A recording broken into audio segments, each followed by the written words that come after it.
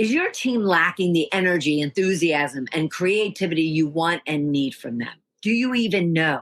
And if you do you even know why? Our guest, Danielle Boris, CEO of Sandbox, is dedicated to helping you understand why that is. Danielle is passionate about the fact that we need to put humans at the center of our organizations. When we do, inclusion, hiring, advancement, learning and development, well-being, and yes, retention all fall into place. And that fuels the bottom line.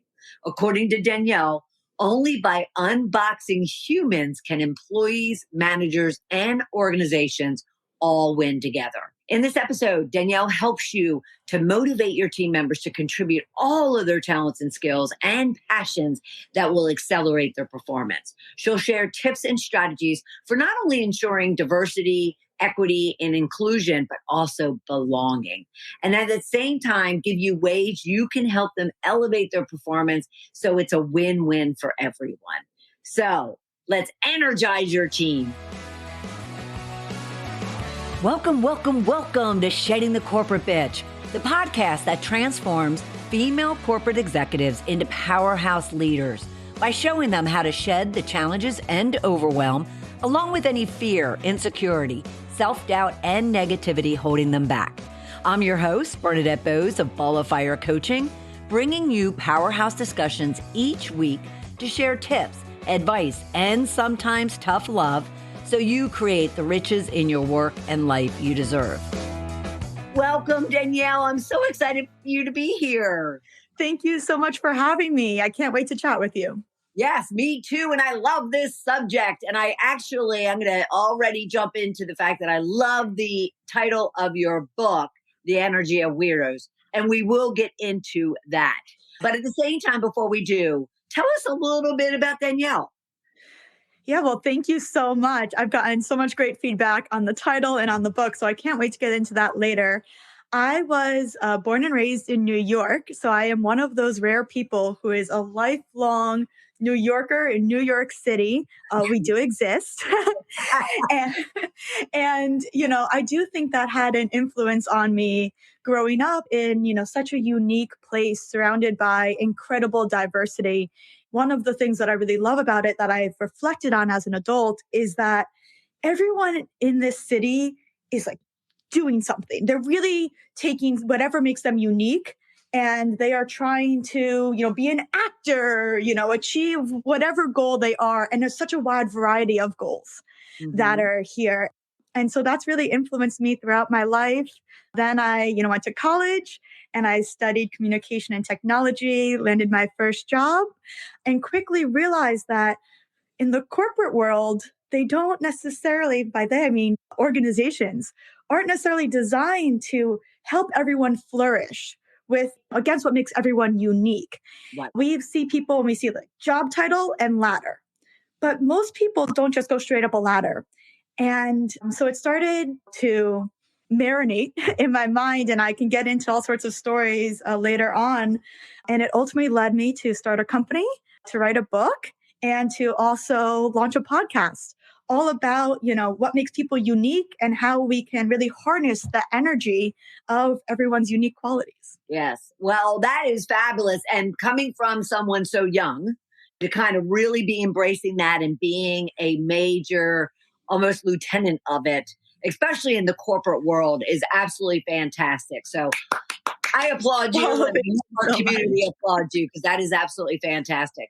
Now, I also know, or I read that you went to Cornell and you were also recently, in the last several months, awarded 10 under 10.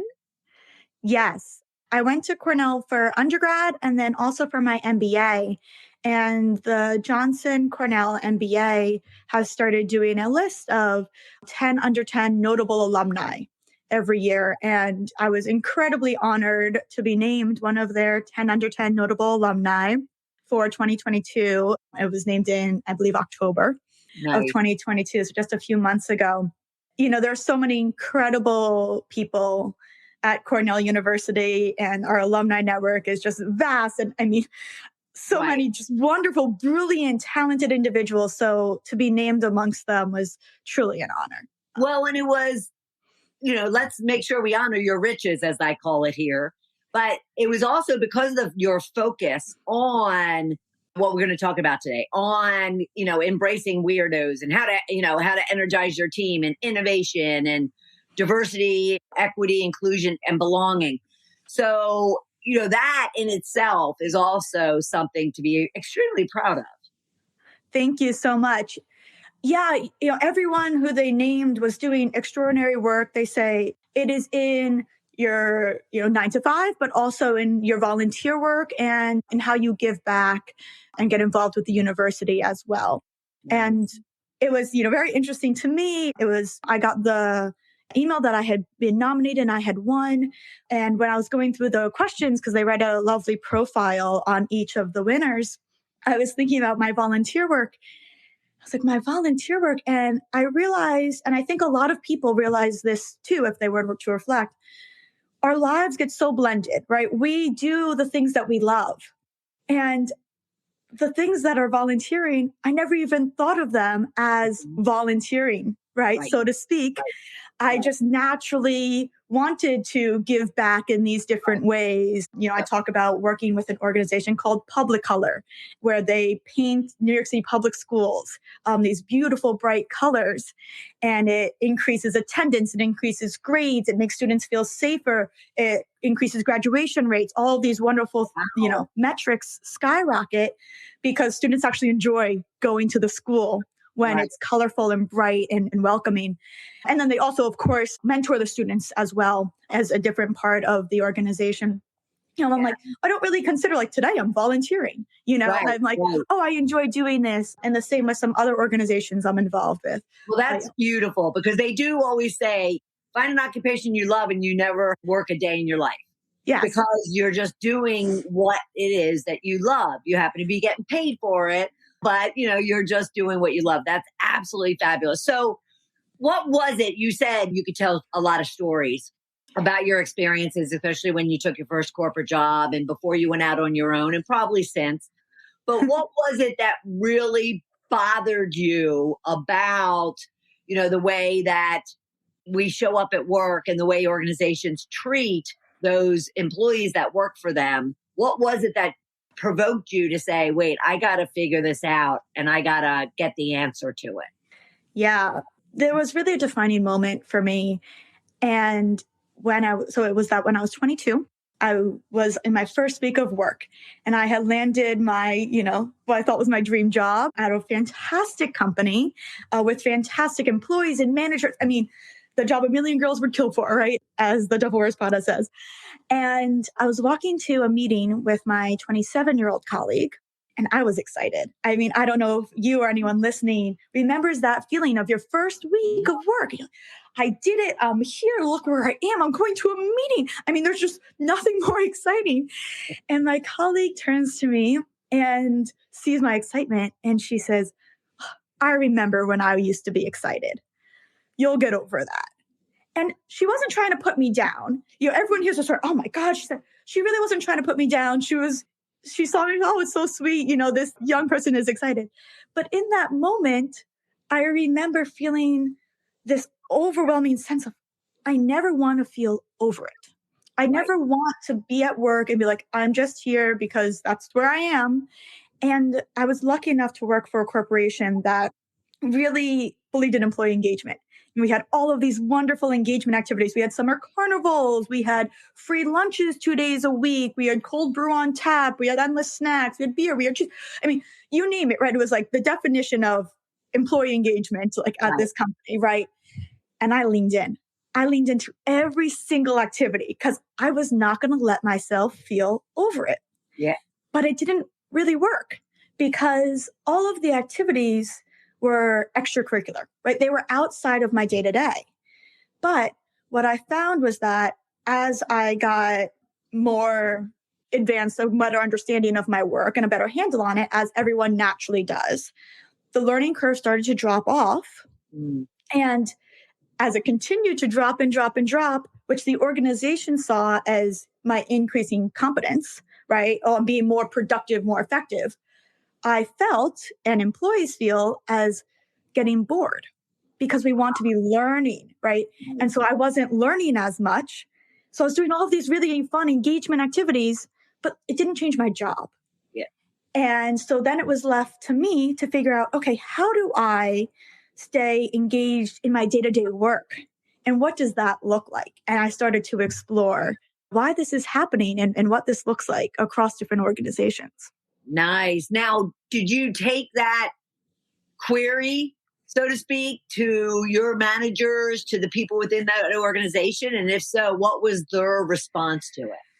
Yeah, I was very fortunate to have amazing leaders. So I felt myself craving challenge, I'll say, craving more challenge. And I was, again, lucky enough to work in a company where people wanted you to reach out and talk to them about their jobs and what they were doing. And it was a great organization with a wonderful culture. And so I did that.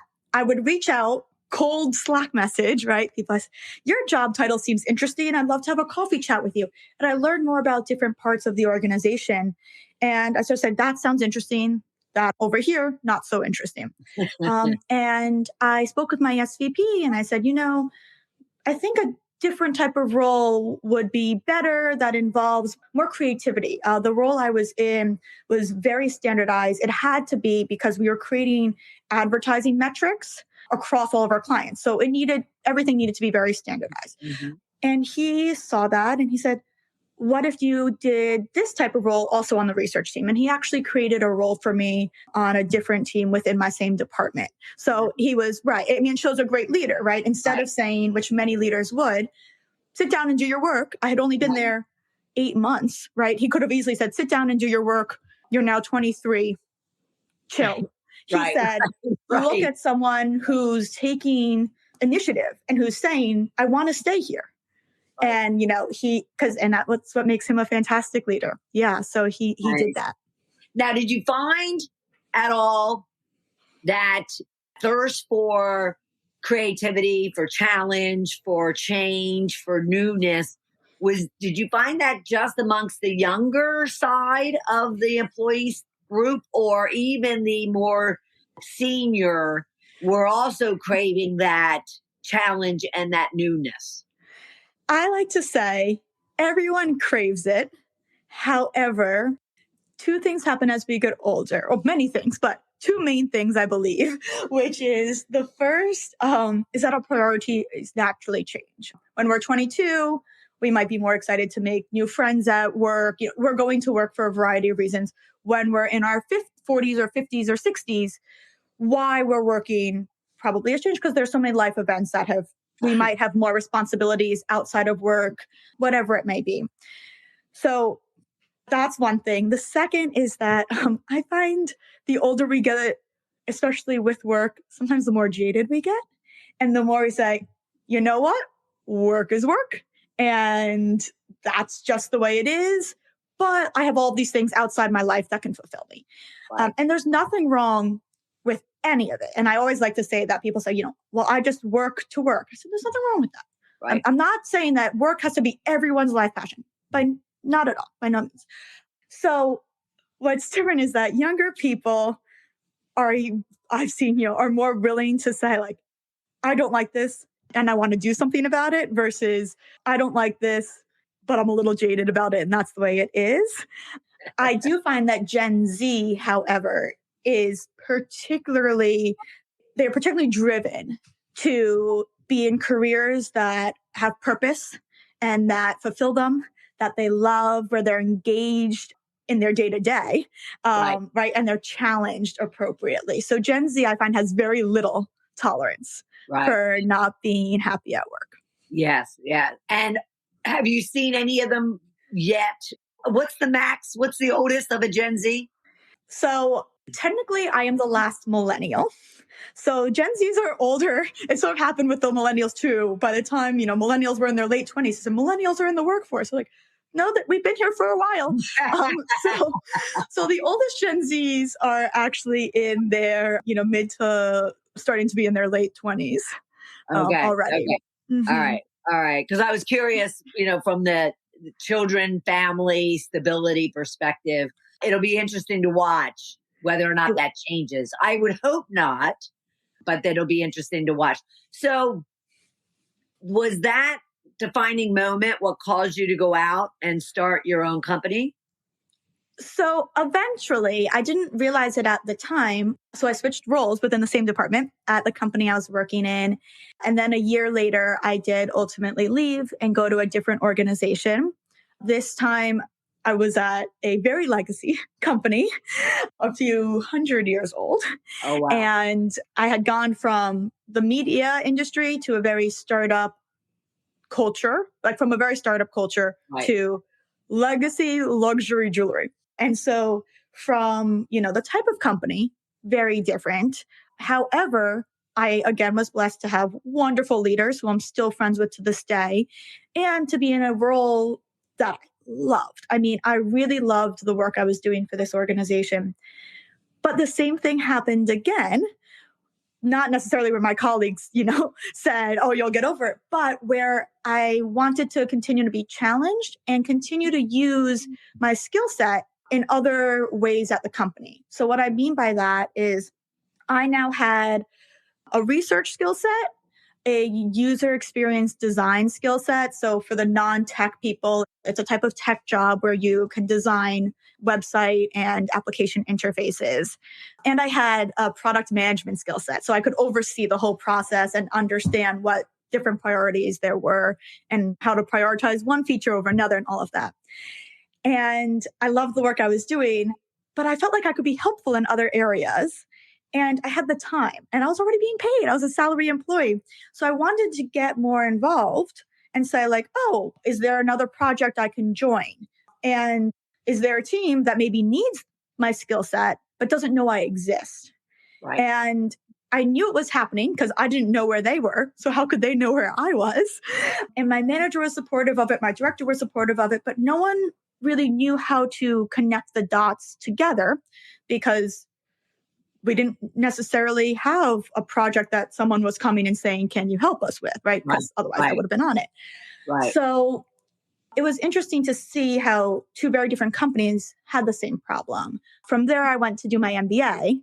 And that is really where I started to understand how organizations are run and proper leadership. And actually, on day one of my MBA is when I started exploring the idea for my startup and really understanding, am I the only one having these experiences? Why are employees leaving? And what paths are they taking to leave? And is there something we can do to help them thrive and also help the company thrive in the process? Nice. Very nice. Because that's all I do every day is talk to leaders and their people to gain that exact assessment.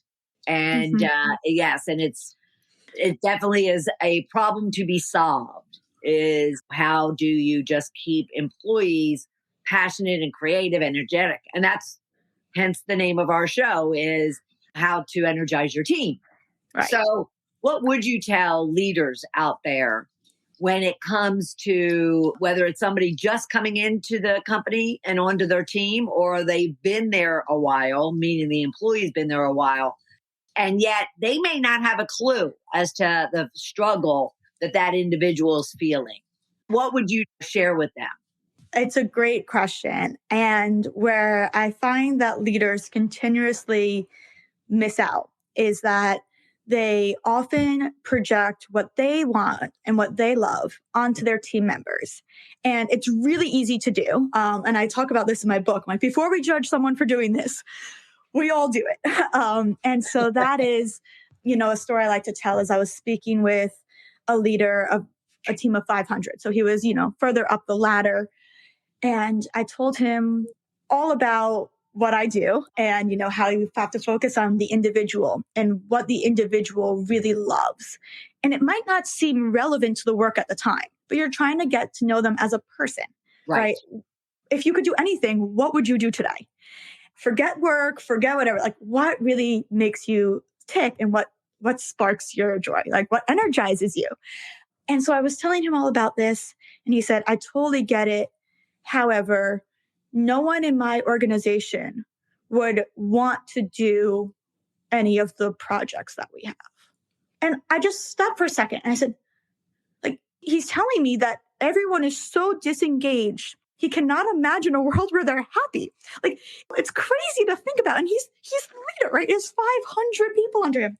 So my mind is going wild. Like, what are the most boring jobs I can think of? Which, of course, is subjective to me because what I think is boring, someone else finds fascinating. So I said, I have to know, what do you do? Because, he had asked me first, so I didn't get a chance to ask him. And this was at a networking event. And he said, well, at the company, we're a consulting based company. So we actually service all types of clients in web development, from music, entertainment to food and bev, all the way to building internal tools for corporations. And he said, of course, everyone would want to be on the entertainment clients. Those are the most fun. But who in their right mind would want to build internal tools for corporations? And I said, well, I would. And that's part of where the title came from. I am that weirdo who loves building internal tools for corporations. In fact, I built an entire company that is an internal tool for corporations. So basically, to him, nothing could be worse. But to someone on his team, it might be really exciting. And he just assumed no one would want to do it, and thus assigned it to anyone. Right? Versus understanding what everyone is interested in and then assigning work based on those interests. I remember there was multiple times in my career where I guess I'm a weirdo because welcome. I love the processes, the procedures, the tools. I loved going from start to finish, trying to figure out where all the breaks are. However, to your point, I too had to approach someone around that because I wasn't being asked whether or not I felt the job I hired into was the job that I felt was the best fit.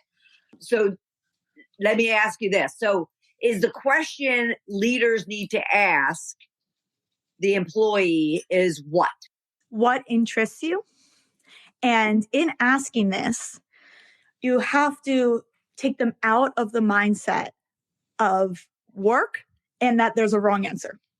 Because, and I have a whole chapter on this in my book, when I talk to leaders about this, they often say, what if no one is interested in work that we have? And then on the flip side, they ask, what if too many people are interested in one type of work? And so I like to go through both, right? So ask people what they're interested in, because people have interests whether you ask them or not. So on the side where no one is interested in the work, that shows a hiring need. It means that you have a gap in the type of work that needs to be done at your organization, and you need someone who's interested in that work so that someone is excited and does great work for you in a role. Right. On the side where too many people are interested, that means they're like, well, then we can't give everyone the opportunity. Right. Said, that's fine, but that's happening now already. You just don't know about it, right? And so if you have 10 people are interested in really one type of project, that means that this time you can give it to the person A, and then you tell people B, C, D, E, F, whatever, right? Hey, I had to give it to this team member right now because of XYZ, but I see you and I know that you're interested, and next time I got you. And the team member feels seen, they feel heard, they feel included, rather than what happens now, which is that team member sitting at their desk or at home, wherever they are, and saying, my manager does not care about me. Yes. My manager doesn't see me. Right. Maybe I should go somewhere else where they do care. And so those are the main things. Also, both situations are incredibly unlikely because everyone has their own interests. No two people have the same set of interests, which is what makes humans amazing. So the chances that you've hired 10 clones are very slim. And the chances that you've hired people who don't want to do any of the work is incredibly slim, because people applied to the job and you interviewed them and you asked them why they wanted to work there. Yes. So chances are you hired smart people who do care about the work. I like to say, it's not changing the role. It is often just pivoting, like who gets what assignment within the team. Right. To leverage everyone's not only passions, but their skills. Yes, exactly. Yes. And I think going back to what you said earlier too, about you didn't realize that your volunteer work was anything special. I think too, have you noticed that leaders don't Well, even the employee doesn't even really see how there's certain skills that they're naturally good at and or they just love doing is very special. And therefore they don't highlight it because Yeah. they're like, well, isn't everybody like this? Isn't everybody like me? Often, right? That is like the curse of being human, is that all the things that make us special, we assume we're not special. Right. We assume everyone else can do it just the same. Right. And it does often happen, right? Which is why it's so important to continually ask, but also continually pay attention. And so, my software Sandbox eliminates the need to continually ask, right? Because it allows employees to input their interests so that they're not waiting for that big conversation with their manager. Okay, today's the day I'm going to tell my manager I'm really interested in this, versus I'm going to I'm going to input it into the system as soon as I realize it. And Okay, then so everything can happen faster. right. So talking on that, so Sandbox is your company. Yes. So explain exactly what it is and then also where they can go and get more information. Although I've had your website up, danielboris.com. But what is Sandbox? Yeah. So Sandbox is a tool for organizations to use. I like to say someone gets hired in and then Sandbox happens after you're hired. And how it works is employees input what I said, their professional interests into the system. And then managers input all of the projects going on at the company. So that can be a typical project. Oh, we need to strategize for the launch of XYZ. But it can also be the volunteer events, the traditional employee engagement events, any groups that are in the organization, right? I was involved in a lot of women's groups, the employee resource groups. Right. And then what our software does is we show the right person for the right opportunity. So let's say that I am a leader within the organization and I have a new project that needs to get done. And I can use an example from my own company. We launched a podcast, right? And I said, okay, I need someone to help produce and edit this podcast. I assumed that I was going to have to go out and hire someone because I didn't know that anyone on my team had that skill set or that interest. But here pops up my marketing manager. And I said, really? Like, I didn't know that you were interested in this. And she says, when I was 18, so when she was 18, she had a YouTube channel. And so she actually is self-taught in video and editing. And she loves that stuff. And she's so excited to do it. And so as a leader, if I didn't use Sandbox, right, I would have overlooked my team member. I would have spent extra money to hire someone else. And my team member would have slowly disengaged because to her, it would be Danielle doesn't care about me. If Right. Danielle cared, she would have known that I was interested in this because she knows she's interested. And we assume that other people know things about us. Right. So I was able to engage my team member in more work that was interesting to her. I was able to save myself money from not having to hire someone else as well. But because I'm hearing all the managers in my head right now. Yes. Yeah, but then if she's over here doing this, then what do I do about the work that I need her to be doing over here? Yeah. It goes back to that question, right? Of like, what if no one is interested in the other work that they're supposed to be doing? True. So in the case of my marketing manager, it did not take away from her other work. Actually, every single person on my team, because we do this ourselves, their productivity increased. So they had everything on their plate and they actually, by having the ability to switch to something else that was interesting to them, right? All these things that are interesting. They said, I'm kind of getting like my mind is sort of getting that like fuzz of like, oh, I can't really do this right now. And I give them permission. So put it down. It's okay. Put it down. Stop working on it. Choose something else. And they would do something else. And then, a day later, oh, I got both of them done. And so the problem I think that leaders often face is we say, this is what needs to get done. I need you to do this. And that's what I've hired you to do and do it. Right. But if we keep saying that, and it might be true, we might need to do things that we don't want to do. We often need to do things we don't want to do. That's fine. But if you keep making someone do work that they have no interest in over and over and over, they're going to leave. and then the work really won't get done. Right.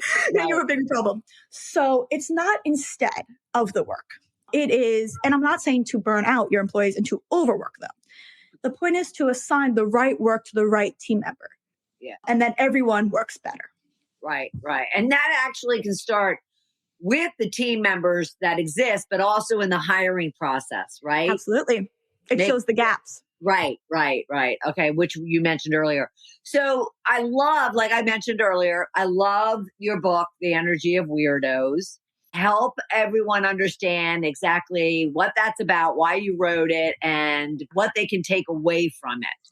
Yeah, thank you for asking. So, the energy of weirdos rests on the premise that everyone is unique or weird in their own way. And when we understand what makes everyone weird, then we can better lead our teams. We can also increase diversity, equity, inclusion, and belonging. And we can create a win win win for the employee, the leader, and the organization. So, throughout the book, I couple interviews with, I like to say, out of the box leaders with the social science research behind people first leadership. And the last piece of the question, why I chose to write it, is because through working on my startup Sandbox, I would speak with leaders who would say, I get what you're saying. Yeah, need to give people the right work. I need to care about them as individuals, people first. But at the end of the day, work is just work. People just care about money and their promotion. And, that at the end of the day is the biggest motivator. And it's not, like, end of sentence. Like, it is just not. And there's decades of scientific research on how to best motivate our employees. And so everything that we've been talking about in terms of interests first and understanding the people, really what it boils up to, the level above it, is intrinsic motivation. And so that's the underlying principles around the book. It's very Adam Grant style, Simon Sinek style, social science with some interviews, and it's a fun read. Right. That's so cool. And it's so needed because whether you are 25 or whether you're 65 and you're still working, you would hope that for yourself, you would hope that you find the position, you find the skill, you find the initiative that really makes you excited. But at the same time, you want others to recognize that your desire to belong and to fit and to leverage your skill set and your passions and your hobbies. But you can't do that unless, would you agree, both parties have to talk? Absolutely. Absolutely. It's funny because we find like the organizations where employees say, I need it, I need it, I need it, I need it, I need it. Need it, need it, need it, because their managers are not taught to do it. Now, most managers aren't. Management training ends with, okay, be aware that you have unconscious bias. Go back to work. Good luck. And so part of what Sandbox does is we actually help hold people accountable for their unconscious bias by showing who they're putting on what opportunity so they can see if they're accidentally overlooking anyone. It also solves for DEIB because we are not choosing people for projects based on who they are or based on what they are. I should say we're choosing people for projects based on who they are because we're choosing them based on their interests and their skill sets, not that they look like us or that they happen to be in the office or that they happen to talk the most. And so there's so many factors that go into it, but it really comes down to what makes you weird, all of those fun things that make you you. And don't assume everyone else has them too. But what we can naturally assume, because it's true, is that people overlap in certain areas of them. Yeah. And when we overlap, we're able to connect, which creates community, which also increases our happiness, our sense of belonging, both at work and then I believe also outside of work. And we can create, a more joyful society as well. Yeah. And wouldn't that be a beautiful, beautiful thing? Yes. Beautiful, beautiful thing. To me, that's just everything. Because at the end of the day, right, we all exist in this world together. How can we make this world more positive, more joyful? Every little interaction. And when we're happy walking around, and I'm not saying, every time, every minute, no, we have to experience the full range of emotions. But when we are less stressed, when we're less lonely, when we're more connected, we're able to bring that into every aspect of our lives. And then suddenly we don't snap at the person who happened to bump into us. We say, oh, no worries. And in my book, I go through all of the science behind that because there's real scientific research behind why that is. Yeah. Love it, Danielle. I love the work that you're doing. I love what your company stands for and what the book is, opportunity that the leaders have out there should they pick up your book. So go to danielleboris.com, learn all about her, learn about her company, learn about Sandbox, how it can really energize your team and make your employees the happy, connected, engaged, collaborative, and productive employees that they're meant to be. Danielle, thank you so much. I so appreciate it. Thank you so much for having me on. It was so much fun to chat with you. You as well. What a great conversation. What a powerhouse Danielle is. Danielle Boris of Sandbox. Did you take away anything specific, unique, new, or different that you could be leveraging with your teams? I know I certainly did. First off, the whole idea of diversity, equity, and inclusion, that's been hanging out there. But I love the fact that we're now all working to focus on belonging. So DEIB is more and more top of mind to many leaders out there. And I was thrilled to hear Danielle's take on it as well and her experience with it. At the same time, her bluntness in a very sweet way in regards to just the fact that too many managers, so-called leaders out there, are really overlooking the contribution that their employees could be making day in and day out by just tapping in to the talents and skills and passions that they have that their managers have no clue about. And so she goes on to share tips as to how simple it is to ask questions and learn about your employees so you are getting the most and the best out of them. At the same time, they are feeling valued and contributing, and they feel belonged, and they feel to be making a difference because someone is hearing them, listening to them, and really ensuring that they are able to maximize all of their talents, not just what's the job description says. So there was a lot of tips and strategies. I'd love to hear what you took away from it. So feel free to leave us comments. So thank you for being here this week and every week. And I'll look forward to having you right back here again for another episode of Shedding the Corporate Bitch. Take care, everyone. Bye.